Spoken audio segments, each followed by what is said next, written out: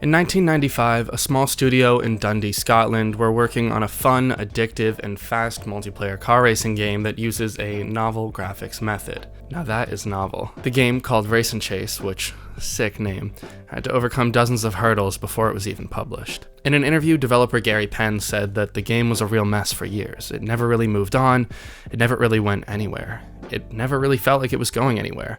It was almost canned. The publisher, BMG Interactive, wanted to can it, as it didn't seem like it was going to be going anywhere. The core of playing was fundamentally broken. So how did a mediocre, broken game grow to commercial success? We'll get into that, but thanks to many things, including a game-breaking bug that actually defined the game as we know it today, the game was published, albeit under a new name. In October of 1997, a small studio that would later become Rockstar Games published the first in the Grand Theft Auto series. That was supposed to be like a slow reveal, but I literally put in the title that this is Rockstar, and that's Grand Theft Auto. Oh well. Anyways, upon release, the game was a commercial success, but the reviews were a mixed bag. So how did Rockstar orchestrate this profitable juxtaposition? Today, I'll tell you that story.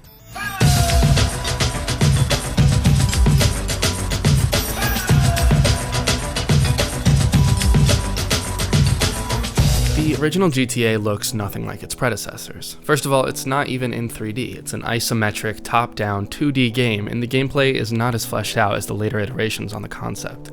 To be honest, to me, this game looks like a janky, hot mess. One thing was definitely the same though, the original GTA rewarded you for being a violent danger to society. Nowadays, that is basically the whole appeal of the game. But back then, it was something the team was worried would leave them vulnerable to an injunction from British law. But the studio decided to steer into that. They knew the game was fun, but it wasn't enough to reach critical appeal. So the developers took an unorthodox route, and hired a marketing director from an industry barely related to gaming. They hired Max Clifford, a PR rep from the rock and roll industry. Max Clifford was infamous for helping Freddie Starr rise to fame by getting The Sun to run a front-page story headlined "Freddie Starr ate my hamster." This is a very real representation of the proverb, "all press is good press." This story was entirely fabricated, but it helped someone as weird as Freddie Starr look appealing to his target audience. The story actually garnered so much attention that it sold out Starr's tour. And stunts like this defined Max Clifford's career. He would go on to represent people like O.J. Simpson, Simon Cowell, and David Copperfield. So Rockstar rolled the dice with Max Clifford.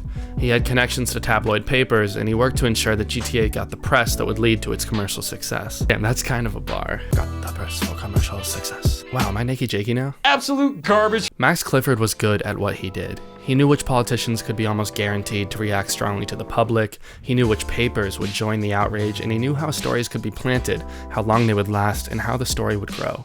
And according to the developers, every word in his plan came true. A few months before the game's release, the game gained attention from the British Parliament.